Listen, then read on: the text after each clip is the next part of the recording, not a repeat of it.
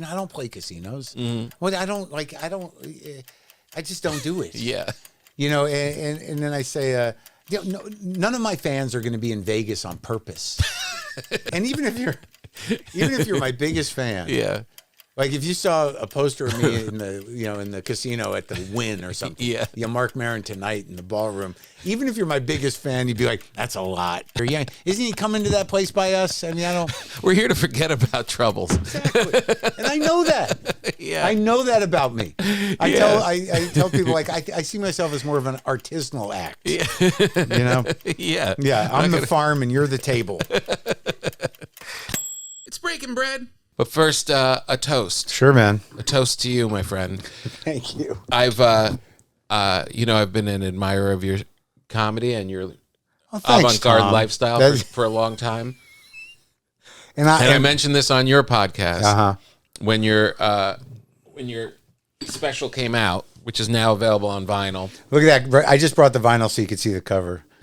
For some reason, I'm really proud of that. You should be. Yeah, everyone's like, "That's punk, man." It is. That was a bad day for me. What is that from? That was the day I did the hike I regularly do by myself. Most of the time I go up with a buddy. And I got to the top and I did the regular stretches I do. And I stood up and I blacked out. No. I passed right the fuck out. And I woke up with my face on the ground. So this is me coming to and documenting the moment.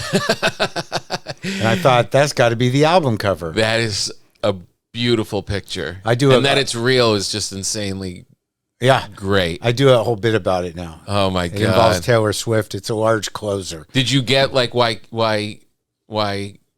young girls, like, document their grief and stuff? I didn't really add that into it. But, no, I was listening to Taylor Swift that day. Yeah, and so there's a whole... It's a fairly long storytelling bit. Nice. It's my closer, or I'd share it with you. Yeah, don't blow it. Don't it's my closer until I can't get rights to the song. Until I want to do the special. Yeah. And I'm like, what are the possibilities of getting the rights to using this song? It'll be $300,000. Okay, well, we don't have to shoot it in a theater. I can just mention it? No, you can't even mention it. We can shoot the special on the street, and then I'll have the rights to the song. I said it on your podcast, though. And, back to my toast. Oh, yeah. It was, in my opinion... Toasting again? Yeah. All right. Your funniest one. Punchy. Your funniest one to date. Thank you very much. Really? I appreciate that, Tom, coming from a skilled craftsman as yourself. Thank you. I was trying to explain to my daughter. I said, I think everything. Well, no, I'm not even going to try that. But I was talking about you, and I said, you said, stay away. I said, anybody that's like him, if you connect with him at all, do not go near that energy. Let this be a lesson to you. Yeah.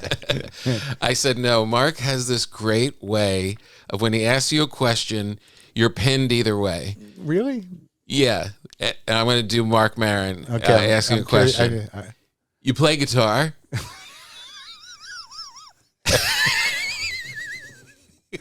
You get it? Slight tone. Right? Yeah. Is that like either way you answer, you're like, wait, is it cool or not cool if I play guitar? If I say yes, am I screwed? If I say no, I'm screwed. We're all so sensitive.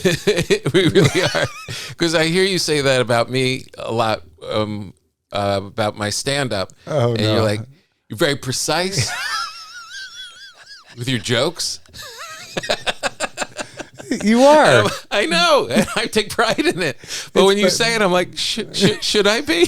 No, it all comes out of envy.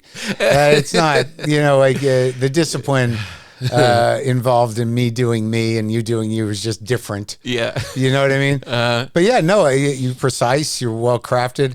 There's footage of me and very funny. I mean, I've not said you're not funny. I'm not avoiding saying that you're funny. Right. It's not some sort of weird go around. Right. You're very precise and I enjoy the jackets you choose. There's a thing you do with your hands that works well. You're trying to get them to laugh? Yeah. Yeah. Wait. What are you doing out there? Are you trying to deliver a joke? No, I've learned from you, probably. As I have from you. Just that, that there was a time where I don't think I paid as much attention to structure or pacing. But the thing is, whatever I say about my process or how, I went about it, I'm obviously doing it all the time. Right. But I never give myself credit for having a structure. But obviously I do. Yeah. But there was a point where between you and probably, I'm trying to there was a spite thing with like Birbiglia, right? So Birbiglia does a very structured thing, and it's long storytelling, but it's very deliberate, and there are definitely jokes. Yeah. And then he was doing callbacks, and I remember at some point after Thinky Pain, that special, I'm like, oh, is callback the callback? That's the big trick. You think, and I'm talking to nobody, to someone I've made up. It's like, oh, you don't think I can structure an hour? To the air. I can't do callbacks? Yeah, I can't make it seem like I'm a genius by referring to a joke I did 20 minutes ago. I can fucking do that. Uh-huh. But it did help me. There was a point where because of you and, mostly because I saw you mostly more than other people. Yeah. That I was like, why don't you just take your time, let it sit there and if it doesn't work, it doesn't work. Be like Tom. It's so funny. And I'm over and I'm in the back while you're on with my little notes, getting ready to go on, going, put your notes away. Yeah. Loosen up. Don't be afraid to stray from every spoken word that you wrote. Just are you? Just let it go. Yeah, flow a little bit. Flow a little. Who cares if it goes? You don't have to kill every time. Yeah, not here. Yeah. Is it funny? Yeah. Do you really do that? Yeah, 100%.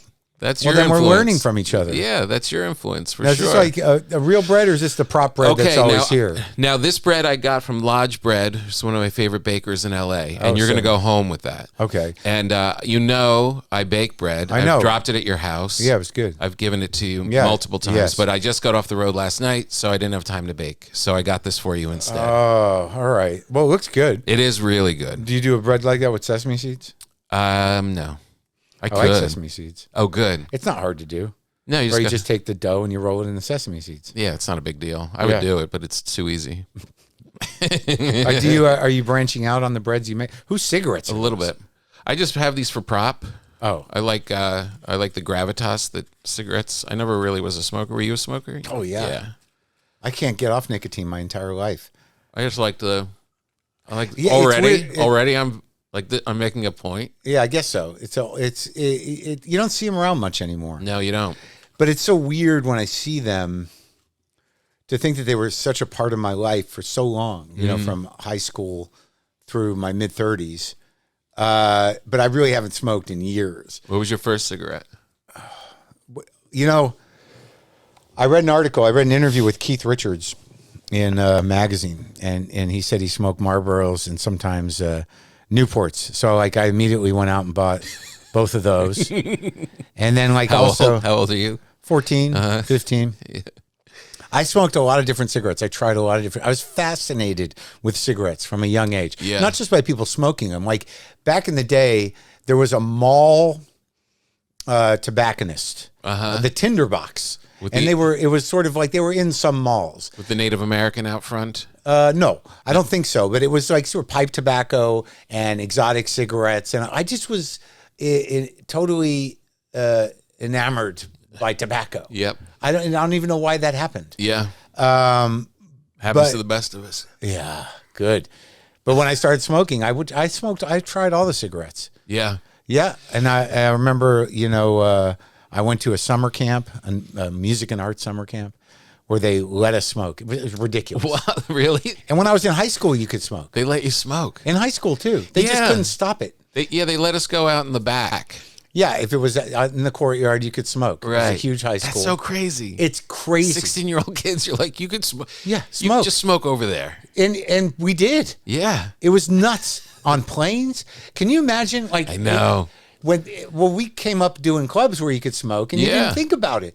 But on an airplane, if anyone lit anything on an airplane, you'd be like, what is happening? I know. Yeah, last night when I was flying back, someone burnt the food Like they were preparing the food, and everyone was like, "What is that?" Yeah. Everyone was really freaked out. And the last 4 rows were designated smoker rows. They just sit there and smoke the whole flight. It's so crazy. It's crazy because there's no way the plane wasn't just filled with that smell. Yeah, everyone's getting off just smelling like it. But then they went home to someone who smoked. Yeah. You know what I mean? It was just, everyone smoked. I smoked on stage. What about the comedy cellar? They had a no smoking section. Where, yeah. Right? Like over there was smoking and over here wasn't. Like it mattered. It didn't. Like when I would host there, I would come home. Where, at the cellar? Yeah, because you go from 9 to 2. Right. One show. It used to be one long show. Was the smoking section on stage right? It was on stage right, but it was just filled up like a plane. Yeah. And I would just come home and throw my clothes Of course. away. I remember I set my hair on fire once on stage. Did you? Because I had long hair and I had a cigarette in my mouth and I flipped my hair. And there was this moment where there was no laugh and just audience going like, "Oh," you know, I'm like, what? My hair was on fire. Had to play that off. That was a good night. But I smoked, like I missed the healthy cigarettes. I quit before American Spirits. Uh-huh. When did you quit? When did you quit? I think I kind of quit around maybe 99, 2000. Because I remember that's about right. When I got that first divorce. And because I remember me and Mishna were just always trying to quit. Uh-huh. We had patches on. We're doing patches. We're doing everything we could. But I think around then I quit. But then I was like, then I would do the patches were crazy. Yeah. Like I was thinking about this today because now I'm on these Zins, which is nuts. I was off nicotine totally for a few years. And then I'm either on lozenges or Zins, and I've smoked cigars. There were periods of where I would go to J&R Cigars in New York, and just buy a box of these shitty little brown cigars. Right. So it was all nicotine. There was no like I didn't have like I don't want to be one of these guys, who like these cigar bros. Right. Like sometimes when I'm on the road, I'll just be like, I need some drug. I gotta go get a cigar. Right. But the fact that you can smoke inside, you're like, oh, I'm just gonna smoke it here. And then there's always a little circle of the same guys everywhere. I know. And you just kind of tuck into a corner and you just fight the urge to engage in the conversation. Just some real estate agent with this big dumb cigar, and like some old guy. But they're having a good time. I can't knock them. I just don't. No, but I know what you mean. There's a type. There's a type. I know. Because I like a cigar now and again. Yeah. But nothing makes me not want to smoke than the cover of Cigar Aficionado. Oh, yeah. Or just going to those places where it's just like, some guys still in their mountain biking outfits, sitting around trying to figure out who the alpha is. There's always one guy holding court. Yeah. And, talking about Google stock. Yeah, whatever the fuck it is. And it's like such small type shit. And when you walk in there from our life, you're like, this is the guy? This is the guy holding court at this strip mall cigar store? This big shot? It is very funny. I go through what you just did. It happens to me all day long. I see people. Yeah.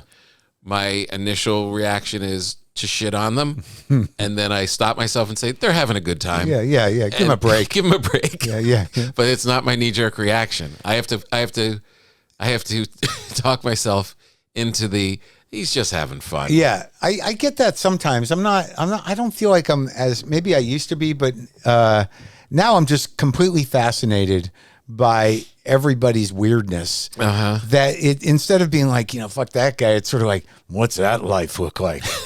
What's he going home to? How does that wake up? Yeah. So like, I think that's a progress. As opposed to being like, how's that wake up? I think that all the time. I really do. I'm like, what's his walk to the bathroom like? I know.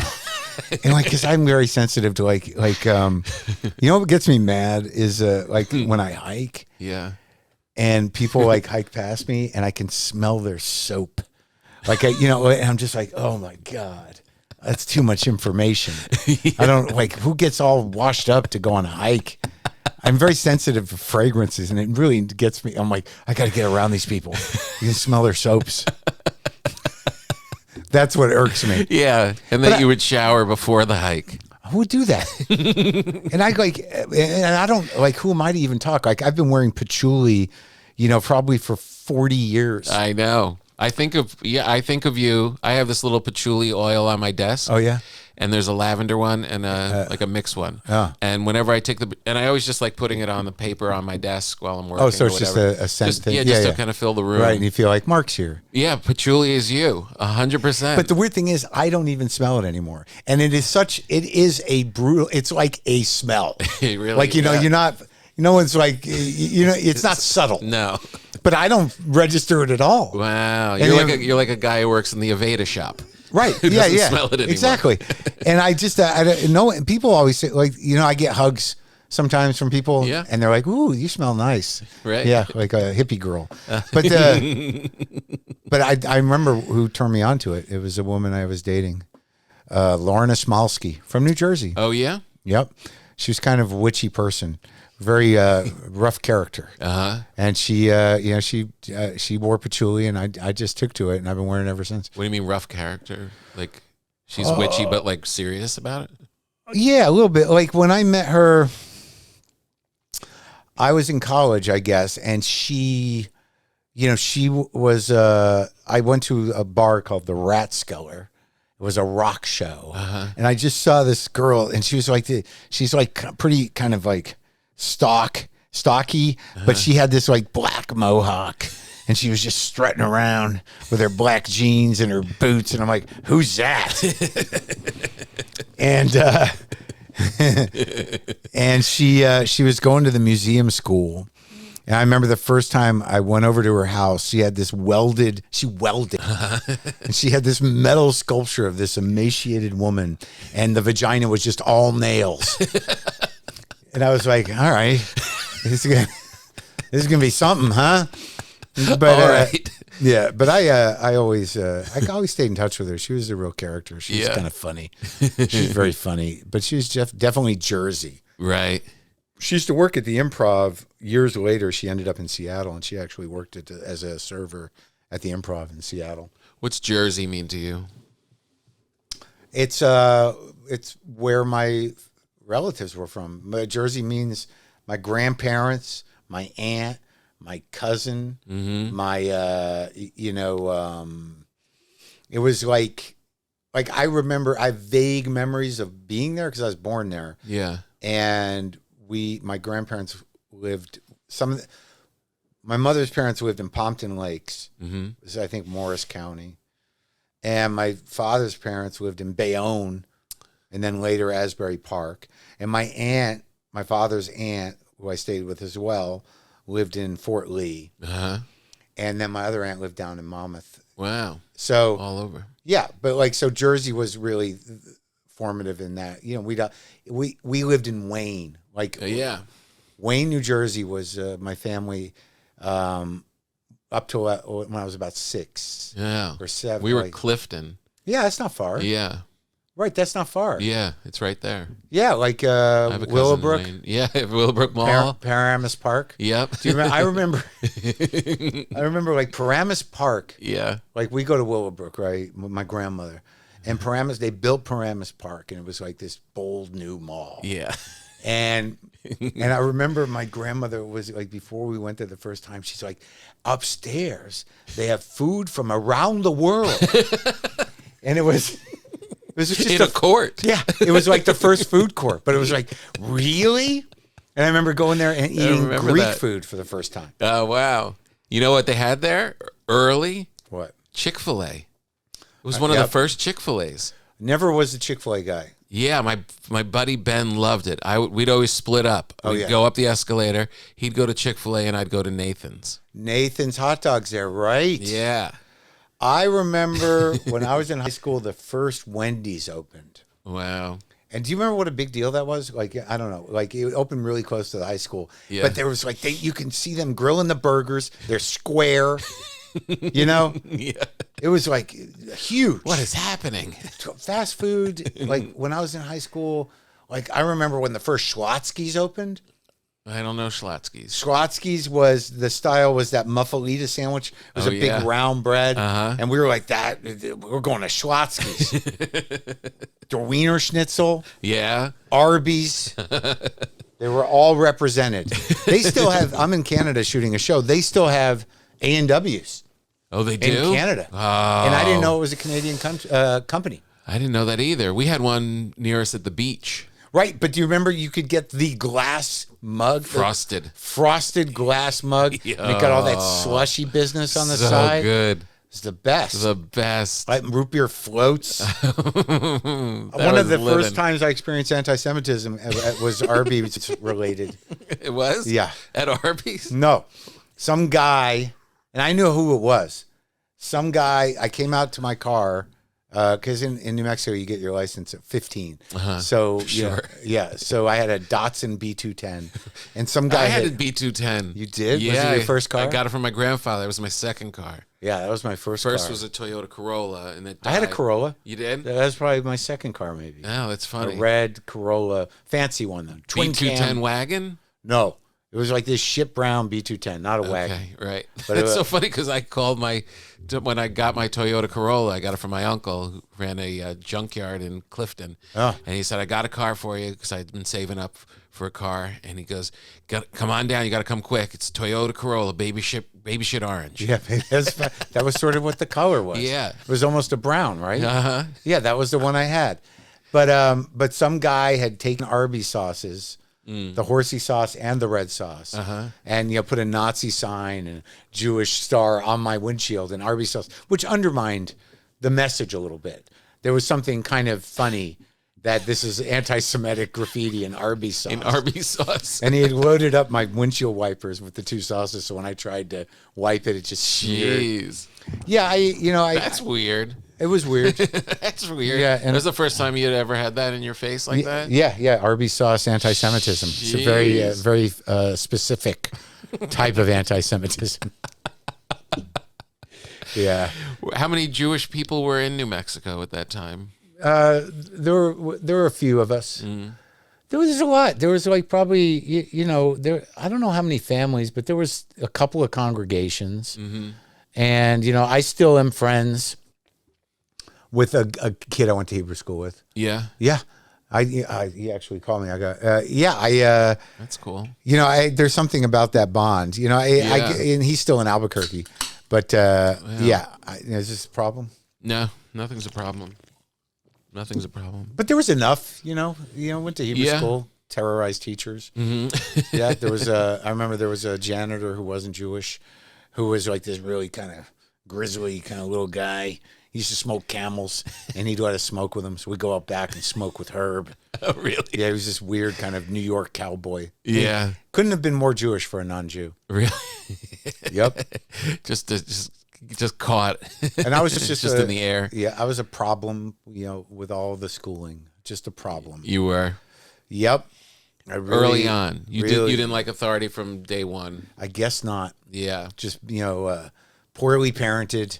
I was going to say untethered. It was it started with your folks probably. Start with your dad probably. I don't know. It was just a lack of it all kind of coalesces in that personality that we have, that need for attention. Yeah. But I would disrupt classes all the time. I would be told I can't teach if you do this. I made teachers cry. An old math teacher popped me in the head with his hand. Really? Yeah. I got that from a music teacher. We got a music teacher. What the hell could you have done? I threw a pen at a drum. He was at the board, and I threw a pen, and it landed in the drum. Yeah. Boom, boom, boom, boom. It scared him. Oh.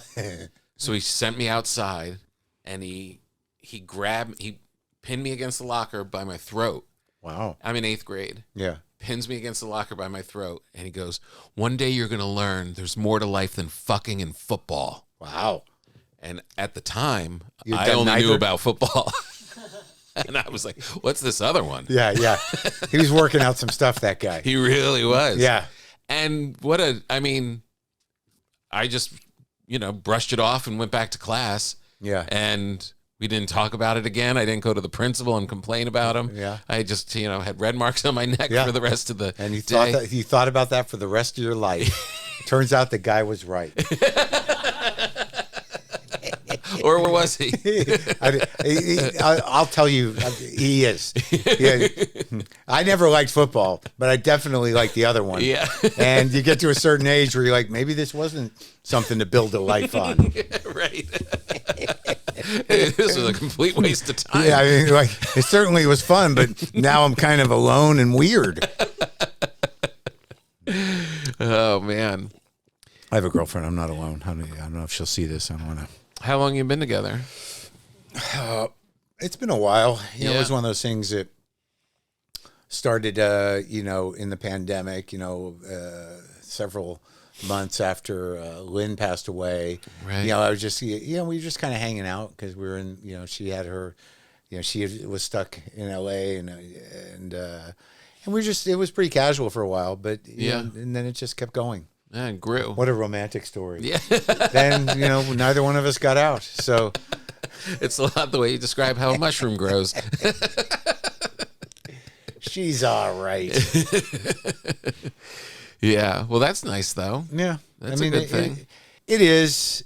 But I turned 60 and there is sort of some reflection going on. In terms of, I don't think I should have had kids, which I didn't. Yeah. But there is the issue of why am I the man I am? Mm-hmm. How am I twice divorced, no kids, really not great at relationships, not great with intimacy or anything, but I'm okay. Yeah. Why is that okay to be that?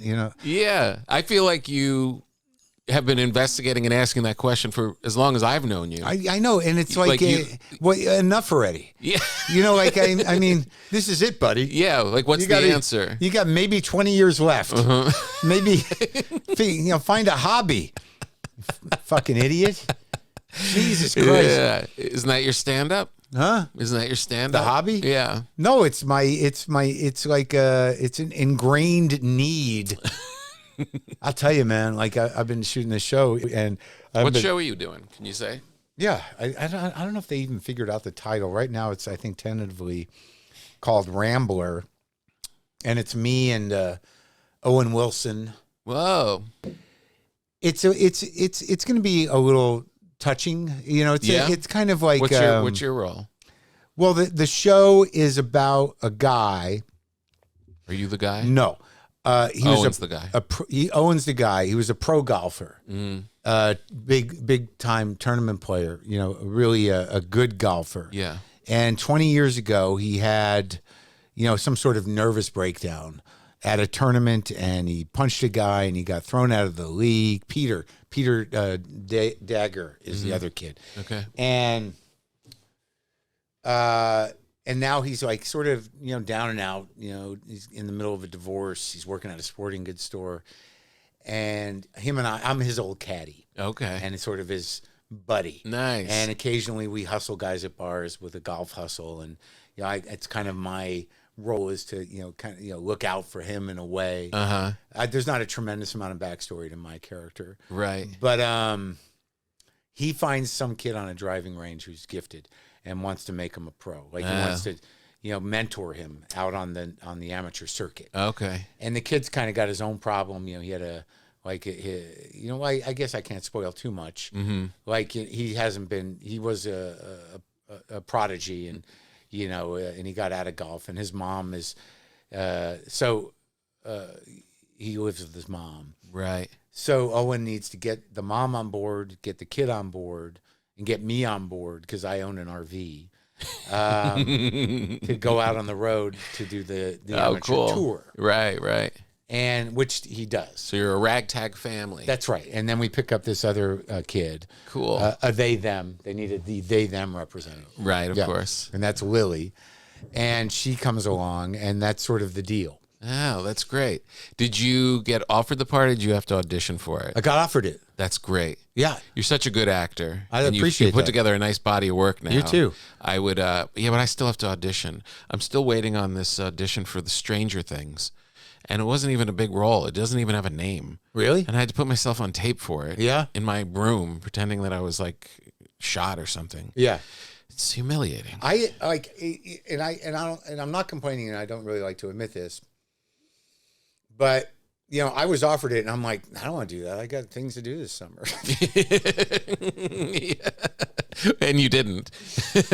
Well, I did. I'm trying to spend more time in New Mexico, and but I didn't see it coming.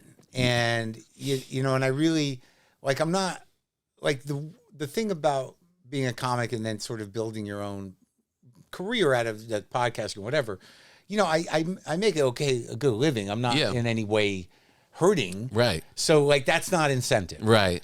So like, it's a weird place to be where they can't hold that over you. Like, well, the money's really good. I'm like, I don't need it. Right. You know, what else you got? Yeah.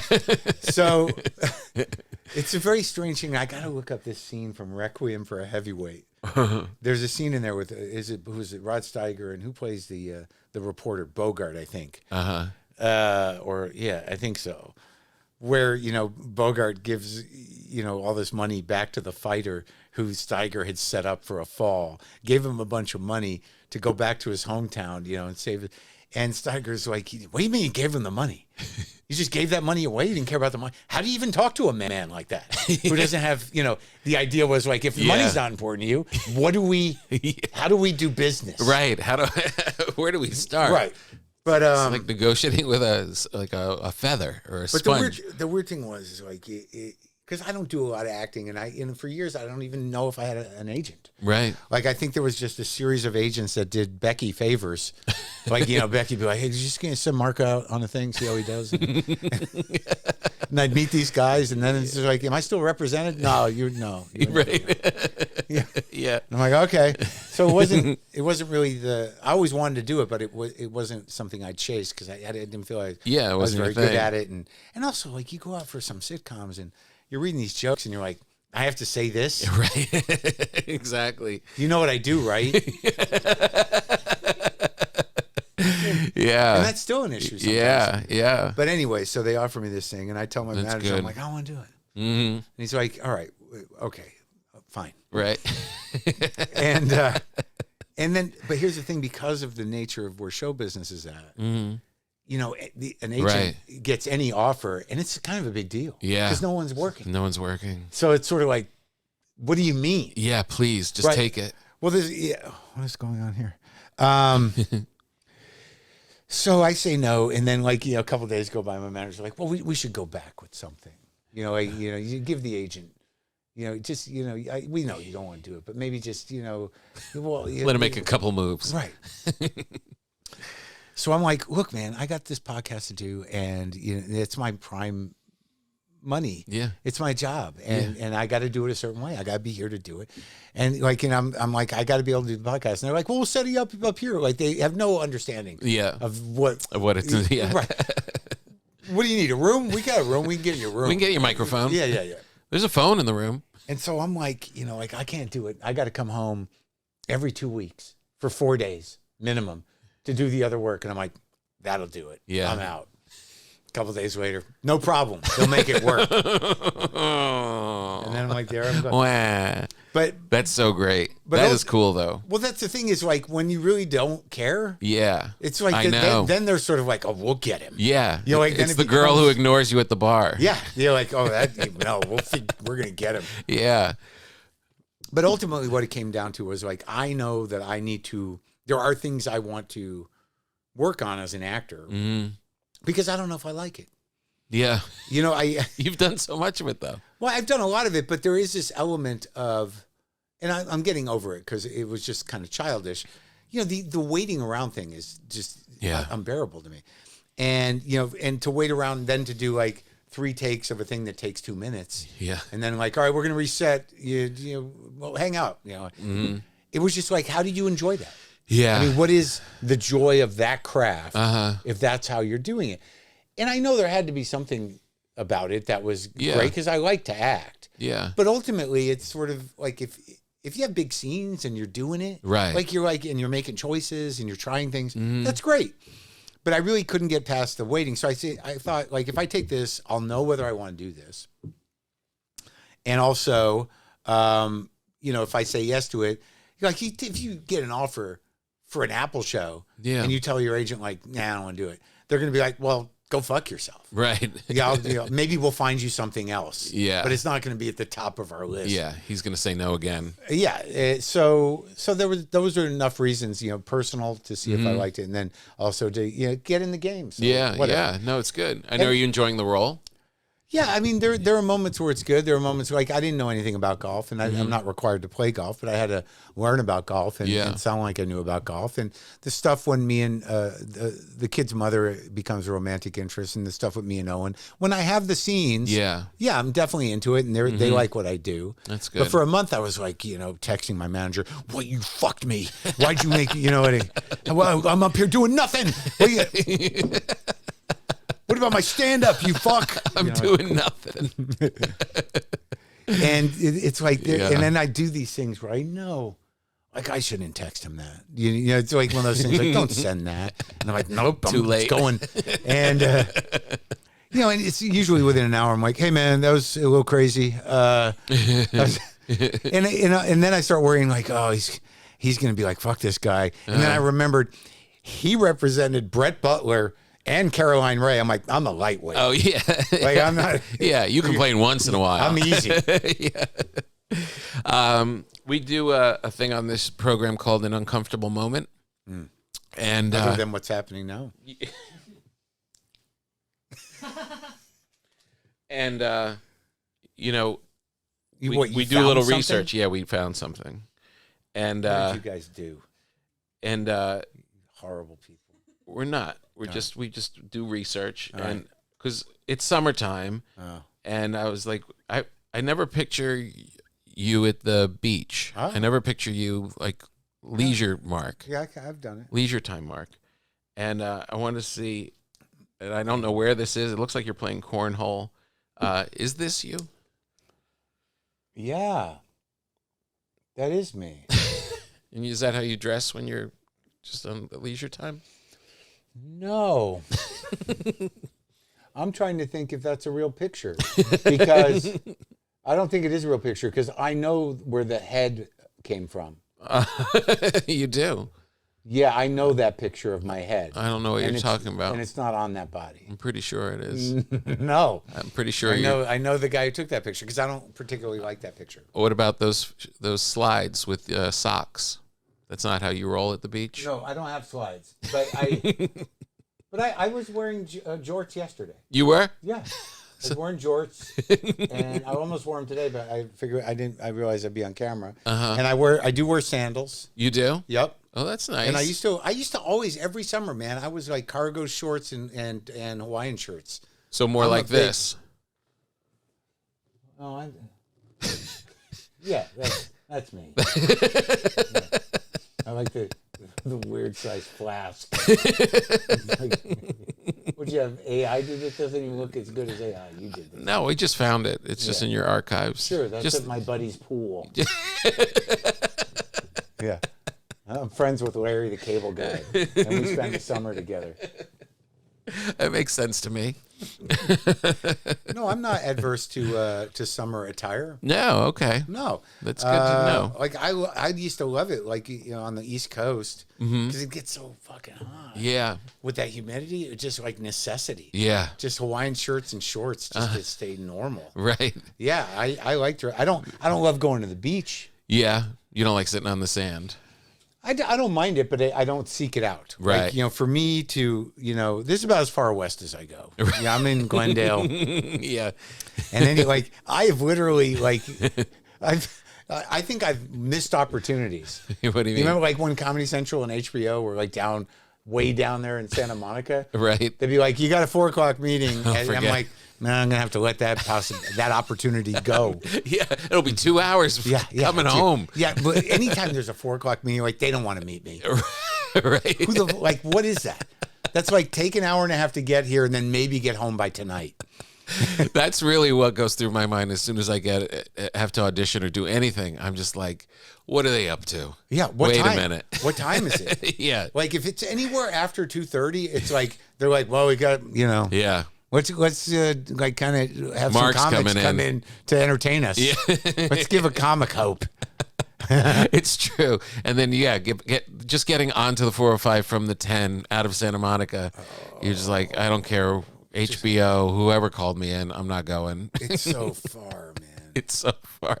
It's really ruthless. I don't like going away. That was the other thing that was stifling me from taking this job. It's I don't mind going on the road. Mm-hmm. But when I go on the road, I usually schedule it so I'll go out, do Thursday, Friday, Saturday, and then come home even if it's for 3 days. Yeah, exactly. Always come home. Yeah. Yeah. I mean, if I have to stay out a week because it's more convenient, I can do it. Yeah.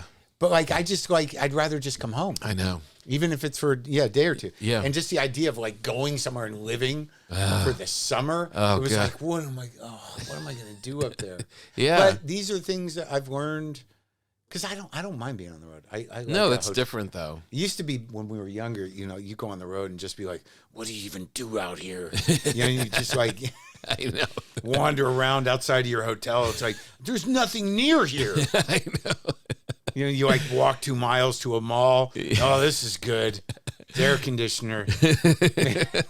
Walk 2 miles I know. back. I used to be excited when I knew when I was leaving, I'm out of toothpaste. I was like, as I'm packing, I'm like, well, now I'll have something to do when I get there. I'll go get toothpaste. I will immediately go to a Walgreens, to a Whole Foods. Like I just do these rounds. Like I'll go that like I'm just gonna go look at travel sizes. I don't even need anything, but I wonder what they have at that travel size. They're always coming up with something new. Yeah. What? Why is it different now? Like, what is you're more? Well, you stay in calm. nicer hotels. You do, and that's a big deal. It's usually for 1 night or 2 nights. You're traveling in first class or business. Yeah, always. But I still do that thing where I'll take an opener, rent a car, drive the drives, and then you got to think like, who can I be in a car with for 6 hours? In between the gigs. Who can I talk to for 6 hours in a car? And I don't know if openers realize that that's part of your thinking. Like you're looking at, you can either use a local person, which I'll use. I like to use women or people that will not be like me. Right. And, local people sometimes they're okay, sometimes they're too green, but sometimes they're like, all right, well, I'll just do this whole run with this one person. But part of your thing is like, it's a lot of time in the car. What if I say something that I shouldn't have said about me? I rent the biggest car I can get, and it's not for any other reason that there's more separation between the driver's seat and the and the passenger. Yeah, just a little more room. Yeah. Just a little. Yeah, a couple feet would be good. I've always traveled pretty well with people. I used to go out with Dean Del Rey a lot. Nice. But the benefit of Del Rey was he'd be like, I know a guy where he makes these rings or whatever the hell. He's like, he always knows a guy everywhere you go. He'll do like all the road manager work. Right. Like, great barbecue. And then you like, all right. Like he's got an agenda. We're gonna go to this place, and you don't even have a choice with Dean. He's like, we're going to this place. We want you to see this jacket. Oh, we have to, man. Yeah. Oh yeah. We're in Tulsa. You gotta go. You gotta go. Yeah. And that was fun for a while. But then I toured a lot with Lara Bites. Oh, I love Lara. Yeah, she's great. She's great. And then it's just sort of like talking about the issues for hours and hours. We're talking about food. We're talking about booze. We're talking about, relationships. And that was good. It was like an ongoing meeting of some kind. Yeah. And then I always felt like I let her down because I wasn't. I didn't have a lot to talk about. Oh, really? Yeah. Well, no, but it's not unlike any other relationship. Is that after you do all the talking, you've got to be comfortable to just sit there in that car, right, with that person. I did a road run with Little Esther. Oh yeah, and that was good. Yeah, we had a good time. That's fun. Right. And then I just did one with this woman, Claire O'Kane, and that was okay. Like-minded. And when you say you do a run, do you take one person and do like all your dates for that run? Or yeah, that's the thing. Like, if I got to do the Midwest, like what did Claire and I do? We did like, what was that one run? We did like Minneapolis, Chicago. Would Pittsburgh fit in there? Like it was one of those ones where we landed someplace, you get the car, and then you drive across. Right. Keep going. We did 2 runs like that. Right. We did Pittsburgh, but she's an arty person, and we went to see this museum. We did stuff. Yeah. I like Pittsburgh. I like Pittsburgh too. It's one of those places where you're like, this is a pretty cool place. Yeah, I know. Live here. And then you realize like it's near nothing. Yeah, and I'm not here in March. Right. Yeah. But it's a very pretty city. Yeah, it is.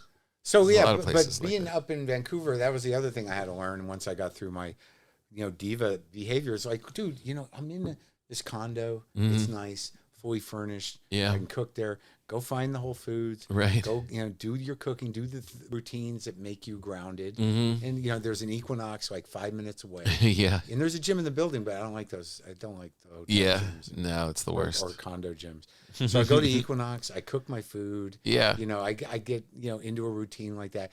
And you know what was the real gift? Was I figured out how to connect to the Samsung TV in the trailer. Oh, that's nice. Dude, game changer. Really? Because those Samsungs, they're just phones. Yeah. So if you hook up Netflix, it'll to log in, it'll just do one of those little boxes. And you hold up your phone, you're like, I got my Netflix. And you can get all your shit. Right. Because before you get in one of those trailers and you'd be like, the TV doesn't look like it works. You're just opening the door. Somebody help. Yeah. There's like, what is this equipment in here? You don't feel like it's ever hooked up, but they've got Wi-Fi in the trailer, and I've got the TV, hooked up to Netflix and stuff, and I'm like, I can handle this. Watching a lot of movies. I gotta say, just you describing that, for some reason in my head, I'm like, yeah, acting does suck.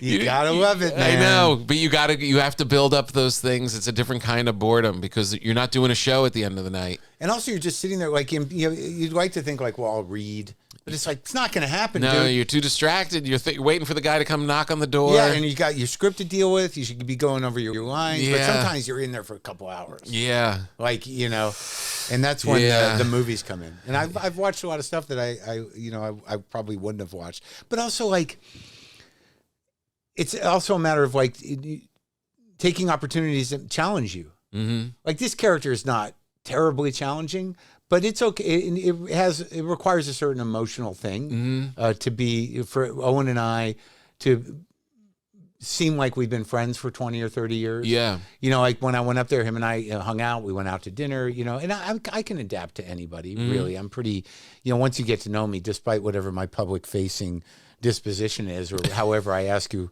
whether you can play guitar or not.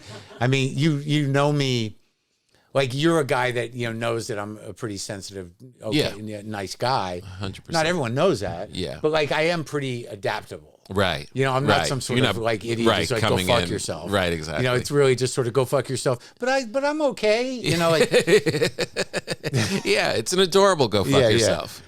So we had to lay into that. But when I did that movie To Leslie, which got a lot of attention, I didn't think anyone would see it. Yeah.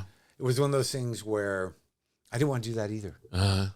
This guy, Michael Morris, the director, he's like, we want you. And I read the script. I'm like, what do you want me for? Just get one of these cowboy character actors to do this Texan guy. Yeah. Get John Hawkes. Get a guy who can like sleep through this role. Yeah. And he's like, no, we want you. And my manager kept saying he wants you. I'm like, that's not possible. Who doesn't want to do this? Everybody? Right. How am I? Yeah, why'd you get to me? Yeah. How did you get to me? Who must have fucking passed on this? And, eventually, like, I get this text from Chelsea Handler, who's apparently was friends with the director. Why don't you need to talk to my friend Michael? He wants to talk to you about doing the movie. And you don't want to piss her off. Coming for you. No, not Chelsea. Right. So I'm like, I got to talk to this guy. And, he's like, look, I was a huge fan of the last season of Maron. And I'm like, oh, he really does want me. Maybe I got to figure this out. Mm-hmm. And it was during COVID, peak COVID. It was I was only needed for 2 weeks. They were going to shoot it out in 19 days on film. And the other actress is Andrea Riceborough, who's like a wizard. Yeah. Did you work with her? No. But I didn't really know anything about it. And I was just, I'm talking to Michael Morris. I'm like, all right, but I can't do an accent. I'm not doing an accent. And he's like, all right, don't worry about that. And I'm like, all right. And is this after Lynn? Yeah. I was still pretty right after, right? Not yet. Pretty right after. I was pretty shook up, pretty fucked up still. Yeah. But then I realized, like, dude, you want to act, do the accent, figure it out. You said this to yourself? Yeah. Mm-hmm. Because what happened was, I didn't think anybody would see the movie, number one. And number two, I just interviewed James Caan. And I'd watched a lot of his old movies. Oh, yeah. And like he tried some accents and it wasn't great. Yeah. Like early James Caan. And I'm like, you're not nailing this. Yeah. So I'm like, well, if you can fucking try it, right. I'll try it. Yeah. Yep. As long as it's not Boston. Don't ever fuck with the Boston. Yeah. Right? So it sounds like you're kidding. yeah, there's no way. Yeah. Unless you're an Affleck. Like, unless you're Casey, unless you come from there. I just saw Matt and Casey Affleck's How was that? Instigators. How was it? It's great. It's really fun. It's like a fun, like, heist kind of a movie, but Boston accents. But they can do it. They can do it. They grew up there. They completely can do it. That Dunkin' Donuts advertisement parody from SNL is the best. It's so good. It is the best thing about Boston. Because I lived there for years. Yeah. And those guys used to terrify me. Just irregular Irish Boston guys. Yeah. But Casey, it's like, oh my God. He's so good. Yeah.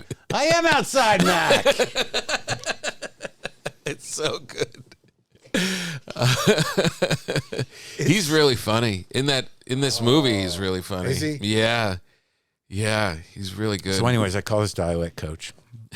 A big shot. Uh-huh. And I'm like, all right, so what are we going to do with this Texan accent? She goes, well, Texans don't really have an accent. It's a lot of different things.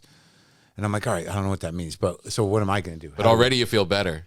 Yeah. Just hearing they don't have an accent. And then she goes, I think we'll do Lubbock. And I'm like, okay. I don't know what that means either. Only Fred Armisen knows what that means. Yeah. So she sends me all these links to the Lubbock accent. I'm like, all right, so I'll go check this out. And for some reason, they were just links to interviews with Mac Davis, the actor-singer guy. Yeah. And they weren't even televised interviews. They were like Grammy Association interviews. So like, this was the prime example of a Lubbock accent, which is subtle. Uh-huh. And so I'm like, all right, so what do I do now? And then they just make you that key, the phonetic key of like how to say words, like consonant syllables, like examples of how certain words are said, vowel sounds and everything. And then I had that and I would just plug it in, for the scenes. I'd make my choices and then I'd read it through with this and I did it. And I got pretty good reaction from it. No one said I tanked it. Yeah. Yeah, it was legit. Yeah. Yeah, for sure. Yeah, it wasn't like, oh, what is he doing? Yeah. No, it was because it was subtle enough. Yeah, yeah. I'm going to compliment you. All right. I know. It's going to be uncomfortable. But all right. The reason you're such a good actor is because you have a quality to you, naturally, that is unknowable. You're one of those people who... And I've known you forever. Yeah. I know you really well. Yeah. I don't really know you. Right. Like there's always a little, what is he up to? Yeah. Which is great for actors. Yeah. It makes you lean in. It makes you, yeah. Oh, that's good. And you can't cultivate it. It's just you. Oh, good. But it really, I really believe that. Well, the thanks, most interesting actors are like, what's up? Yeah. What's going on with that guy? Yeah. Yeah. Like there's an emotional component. Yeah. And you've, to be able to take that naturally and put it into roles is well, I appreciate that. Yeah. I'm trying, but the weird thing with me is like, I make all these choices, I put the backstory in place, I do all that stuff, but usually within 3 weeks I'm like, I'm just doing me. I don't think well, everybody is. I saw what were we watching with Philip Seymour Hoffman? Remember when he was young? He was really young. Scent of a Woman. Scent of a Woman. He's got this little part in that. Yeah. He's a kid, right? He's like almost young. Yeah. And he's one of the students at the school? Yeah. Yeah. Every Philip Seymour Hoffman move that he had throughout it's all there. It's just he said that. He was pretty clear about like, it's always me. Yeah. And I know that too. Yeah. But you do want to look like you're doing a thing. Like I can be present and listen and be in it. Yeah. But you want to at least make it look like you're making choices. Yeah. Like, cause I did this little part and I just watched the movie. Jude Law's company made a movie about the first domestic terrorist organization in America, the Order they were called, out of Washington, D.C. It was the 80s. And they had robbed some banks and blown some shit up. They were also the ones that killed Alan Berg, that radio host, talk radio host in Denver. Right. That the talk radio was kind of based on that. But he was a real guy, Alan Berg. It was in the 80s. And they gunned him down. And they drove down there to Denver to kill this Jewish... it was before talk radio, really. Yeah. It wasn't like... He was left-leaning. And before Limbaugh and all that. And he was out as a Jew. And I get this offer that my manager goes, would you want to play Alan Berg? And I'm like, who else is going to play Alan Berg? Right. Like, if I play it, maybe it won't happen to me. What happened to him? Right. And like, I had to sort of get up to speed. It was only really two or three scenes, but I had to get up. But it's a pivotal part of the movie. I had to get up to speed on him, understand him, listen to what existed of his stuff. And he had a very strange haircut.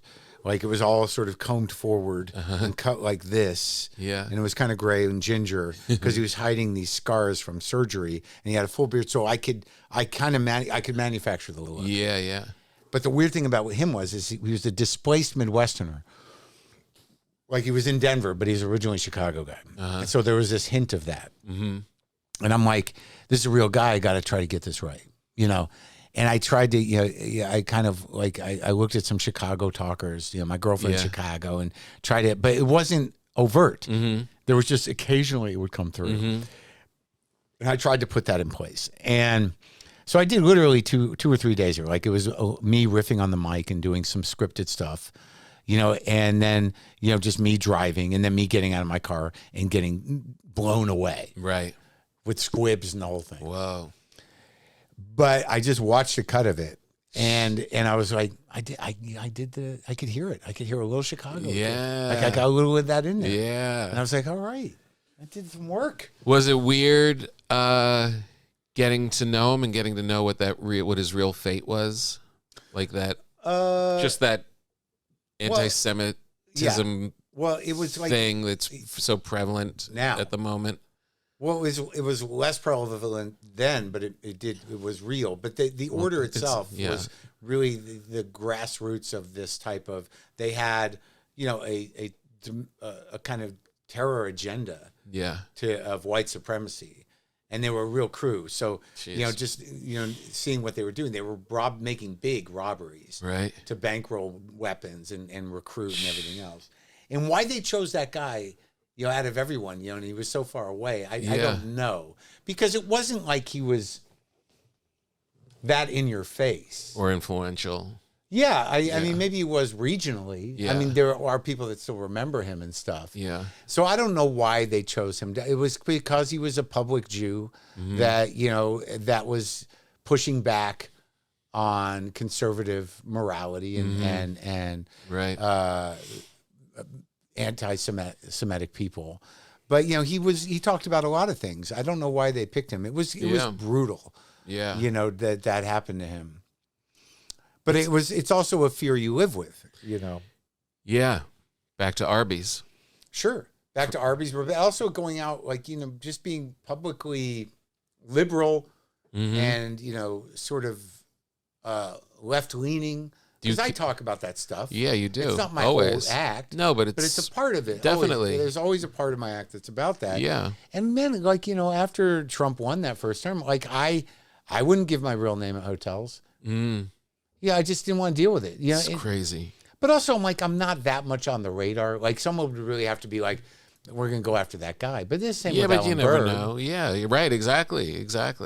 But yeah, I had to, I got nervous. Yeah. Because some clubs you go into, it's like, what if there's no security here? Yeah.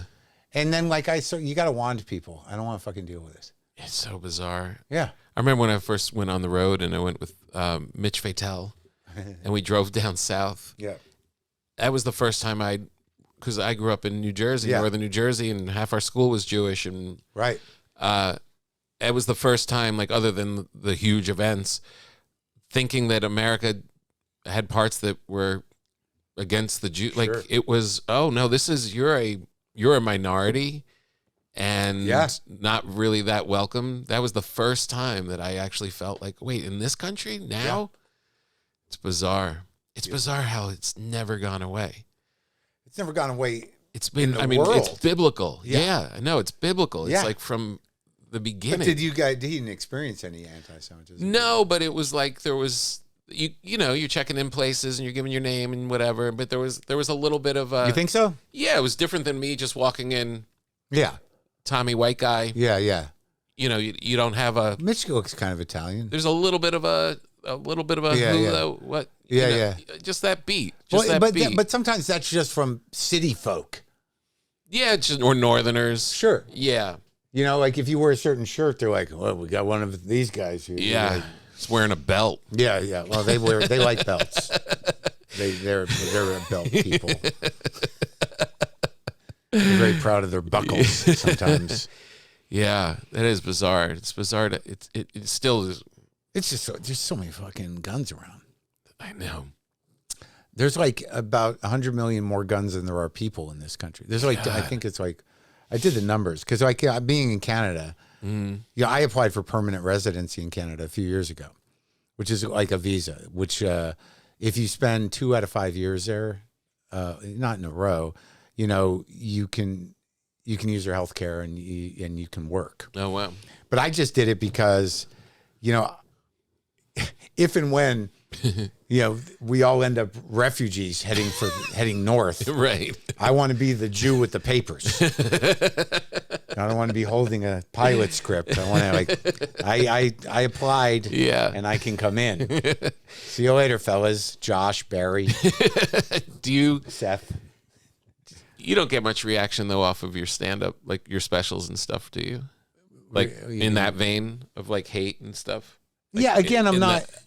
Like, I think I know that you don't my digest stand-up that stuff. is not that strident. And I think that, yeah, here's the one thing I know about me, like with you know, if I'm targeted by the anti-woke idiots, is that like, you know, I'm not some clean machine. You know, I'm not, like I've paid, no one can take away my place. Mm-hmm.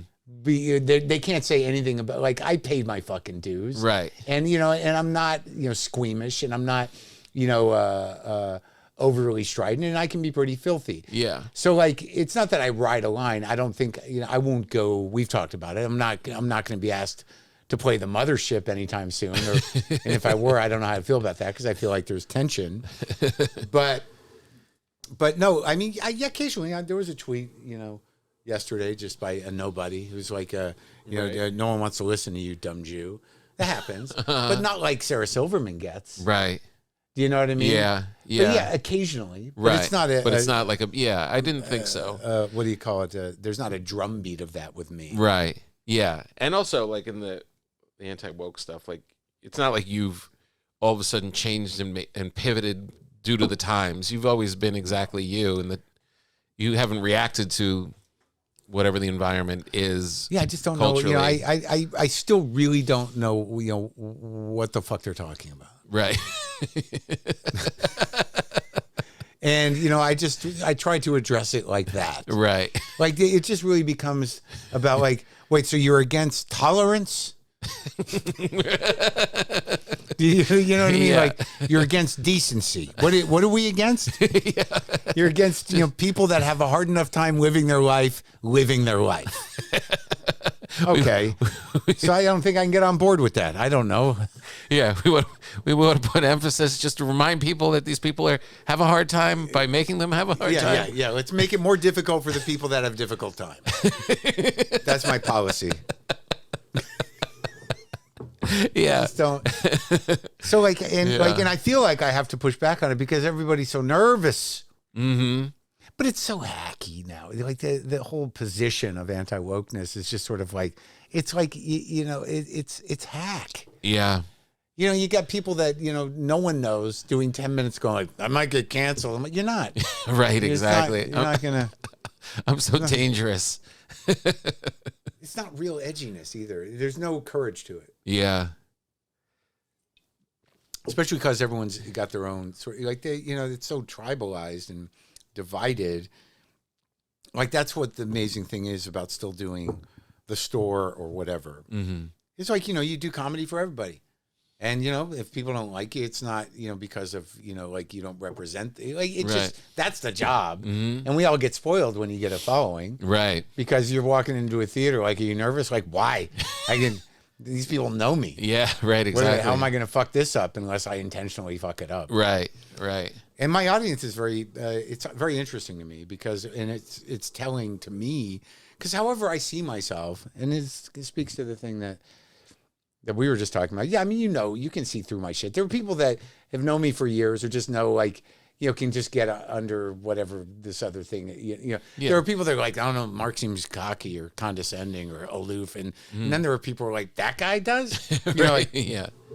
You know what I mean? Like I'm pretty easy. Yeah. But like my audience, it's like a lot of people, grown-ups, middle-aged people, like-minded people, a lot of middle-aged women. Yeah. Some, sensitive, angry, younger people. But it is, I manifested them. Yeah. I brought them there. So when I look at them all waiting to come see me, or if I'm eating at the restaurant next to the venue and they're walking by, I'm like, how did this happen? These people all look like reasonable, nice people with responsible lives. And I'm like, I'm a monster. Look at me. Well, I think that's the cool thing about comedy is that it doesn't really matter what you're talking about and what you're dressing it up as. Your essence, your humanity comes through. Right. They know you. Right, exactly. They know you. Even if they don't know you, when you walk up at the Comedy Store and those aren't your fans, they just happen to be there on that night. But they know you when you get them come out. They get an essence of this guy. Yeah, and they kind of know me. Like, I'm not I'm a known quantity. Yeah. But like when I see my people, it's very sweet because I realize what I do and what I've cultivated, from the podcast too. It's like sort of like, let's go watch Mark struggle with himself. Yeah. That seems like a nice evening. Yeah. I need to stop thinking about myself. Yeah. Mark's going to struggle for us. It's really true. Well, I do a joke about that. I tell him that there's a bigger part of a joke where I'm like, I don't play casinos. Mm-hmm. Well, I just don't do it. Yeah. And then I say, none of my fans are going to be in Vegas on purpose. Like if they're in Vegas, they're walking around going like, why did Jenny have to have it here? I hate this place. And even if you're my biggest fan, yeah. Like if you saw a poster of me in the casino at the Wynn or something, Marc Maron tonight in the ballroom. Even if you're my biggest fan, you'd be like, "That's a lot," and we're just getting used to being here. Yeah, isn't he coming to that place by us? I mean, I don't. We're here to forget about troubles. Exactly, and I know that. Yeah, I know that about me. I tell people like I see myself as more of an artisanal act. Yeah, yeah. I'm the farm and you're the table. It's just funny. Like this reminds me. I had a very funny moment on the podcast. It was one of the best moments I've ever had in my life, and it has to do with something like this. What do you mean?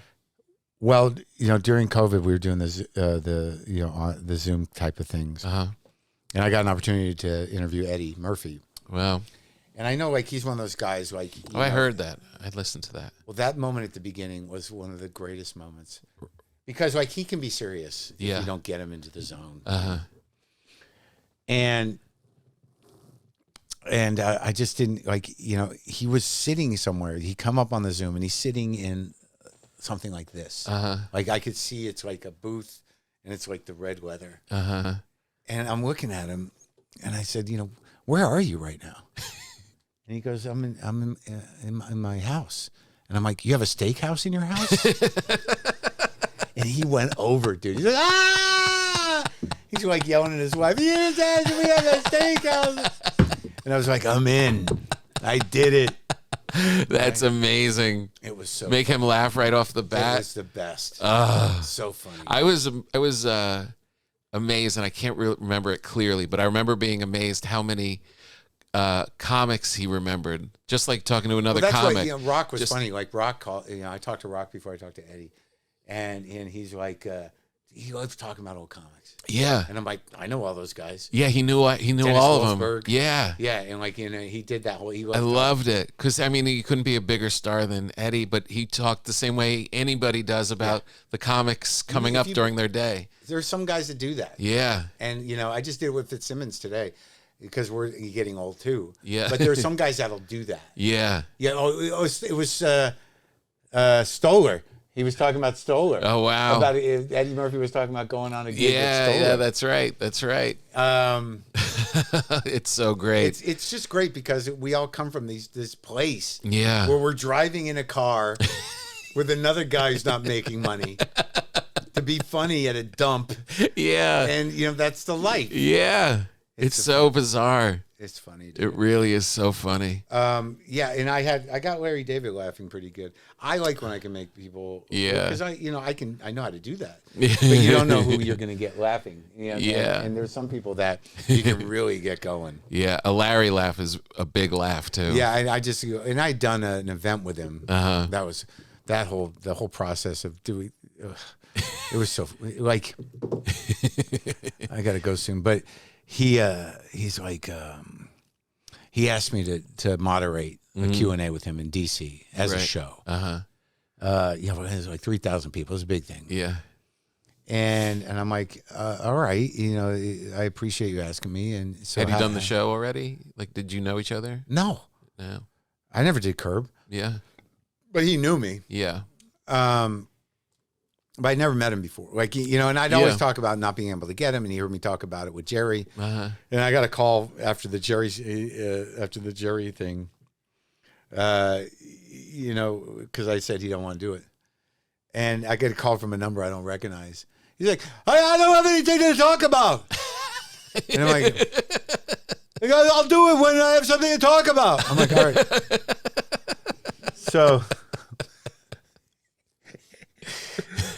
So he asked me to do this thing, and I'm like, all right, if Larry wants me to do it, like I am, I can host Larry, you know. And I agree to it, and then I realized, like, well, could I post it as a podcast? He's like, yeah, that was going to be the part of the negotiation, but you already accepted doing it, so yeah, that's the idea. Oh. And I'm like, okay, that sounds great. That'll work for both of us. Right. And then like a day or two later, he's like, you can't do the podcast. We're not going to do a podcast. And I'm like, why? He's like, I don't know. So now I'm like, I don't really want to do this. So I tell my manager, just go back and ask for a lot of money. And I'm sure. So they go back with the amount that I thought would be enough to get them like, I'm not paying that. And they're like, they're fine with that. I'm like, oh, that's right. So I'm like, what are we gonna do? And I say, and then like I say, you want to talk about the life? We'll do what I do. Just let me do it. We'll do a whole career. Yeah. And then his assistant texts me all these pictures of his life, and I'm like, this will be fine. I get on the phone with him. I'm like, this will be good. I got all these pictures, and he's like, what pictures? I'm like, I don't know. Someone sent me. He's like, I don't want to do that. I'm like, all right. Well, what do you want to do? We'll talk. About the show and. And I'm like, oh, can't we just do a life arc? Or like, no, I don't know. I'm like, oh my god. So we agreed. He's gonna, just we'll talk about this stuff, and and then like it's like a few days out. I got to go to DC, and he's like, what was it? He's like, I don't want to talk about. I don't want. I just want to be funny. I don't want to talk about any of the life or whatever. I'm like, what the fuck am I going to do with this guy? And like it was literally the day before, and he's telling me this. He's like, I don't want to do. Don't bring up this, and don't. Yeah. Like I don't want to be sad. No Oprah moments or whatever. You can interview me, just don't talk about me. Right. And I'm like, what the fuck am I going to do with this guy? And I was really kind of like down about it. Like, and then like he calls me back. It's the day before. He goes, do whatever you want. Hey, I'm sorry. Hey, you're a professional. Just do whatever you want. Yeah. I'm like, all right. And then we get, I'm in DC now, and and he's calling me, and I'm like, he's gonna cancel. This is the best news I've ever. Like, he doesn't want to do it anymore. He's like, he just called to be like, hey, okay. I'm like, yeah, it's gonna be fine. And then we get to the goddamn thing. He's like, no politics. I don't want to talk about it. God. But it was a good experience because, like, it was one of these moments where I realized, like, he just wants to be funny. Yeah. And these people paid to see him. He wants to talk about the show. And he's got some clips of the show, and and I'm like, it's not about me. Yeah. I just got to set this guy up. Right. And I got to use my skills to know when he's done. Yeah, right. With whatever topic. Yeah, exactly. And then kind of move on to the next thing. Yeah. And it was kind of great. Yeah. Because there were stories that some people knew, but there were stories about, that famous story about him getting on stage and just, saying like, I don't think this is going to. And walks off. Yeah. Yeah. And I was like, what about that moment? He goes, you want to do it? Bring me up. And he went And he acted it out. Oh, Yeah, he had a great time. He had a great time. That's and then, great. Yeah, but by the time we did the podcast, I'd already done this whole thing. Right. So, it was a different thing. But Yeah. it's just some people are just sort of like, like. But just watching him at Largo, like with Jeff, and well, that's a disaster right out of the gate. I know, but he does have a really good ability of you just bring up candles and he'll just go off on like in that he does love that element Right. of it. Yeah, but I don't necessarily love doing that. Yeah. Yeah, you're not just going to serve it. You'd rather get into it. Yeah, but there were some things like I could tell he just wasn't gonna like I remember on stage I asked him like, so was there funny people in the family? He's like, what? No. Like moving on, but it worked out. The album is now on vinyl. The special is now on vinyl. It is Marc Maron. It's like even if you don't like have a record player, look at that cover. It's just cool. Yeah. It is just cool. Do you have a record player? I do. Oh, you can have that. I can? Yeah. Oh, that's great. Yeah, I've got a cool record player. Oh, good. Yeah, I've got so many records. Yeah. I got thousands now. It's the best. It's the best So until you good. realize like You have to get up. How am I going to listen to all these? I mean, you get into this compulsive, this collecting mode. And, and I go to several record stores and now I've just got like thousands of records. Yeah. And then like, what if I have to move? That was the reason why records went away. Yeah, exactly. It was like, you didn't want to move them. I know. It's really true. Yeah. Well, I'm reading The Room too, and you got to go. I'm going to go do another one of these. You are? Sorry. And That's all right. I meant to say you're a very good actor as well. I thank enjoyed the Liberace movie. Thank you. That was great. Thank you. You're always good. And appreciate that movie, who are you talking to, Mumbles? That was a crazy movie, dude. It was. It was great. Soderbergh likes you, though. Yeah. Yeah, as well he should. And so should the people at Stranger Things. Just putting that out there. Do I just take the bread? What do I have to do for it? No, we have a bag for it. We've got a bag for you. All right. All right. Thanks, You're the buddy. best. Thanks, man.